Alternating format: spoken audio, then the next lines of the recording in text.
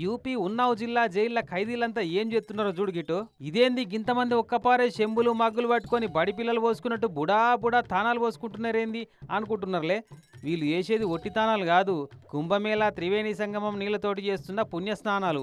అందరు పోతున్నారు, మరి మేమెందుకు పోవద్దు కుంభమేళాకు అనుకున్నట్టుర్రు. సార్ సార్ మేము కూడా పోయి తానం చేస్తాం సార్, చేసిన పాపాలన్నీ కడుక్కుంటాం సార్, ఈ ఛాన్స్ పోతే మళ్ళా 144 ఏండ్ల దాకా దొరకదట, ప్లీజ్ సార్ అని గీ ఉన్నావు జైలు పెద్ద సార్కు మొరబెట్టుకున్నారట. మరి ఇక ఎట్లా? అసలే ఖైదీలా ఎంతమంది పోలీసులను కావాలి పెట్టి కొంటపోయినా అంతమందిలా వాళ్ళనైతే కంట్రోల్ చేసుడు కాని పని.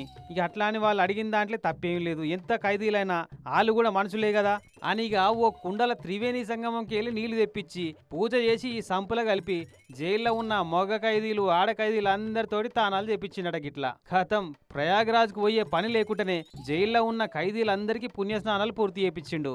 మనసుంటే మార్గం ఉంటదన్నది గిసుంటి ఐడియాలను చూసే కావచ్చు అని మెచ్చుకుంటున్నారు సారి చేసిన పని చూసిన వాళ్ళంతా.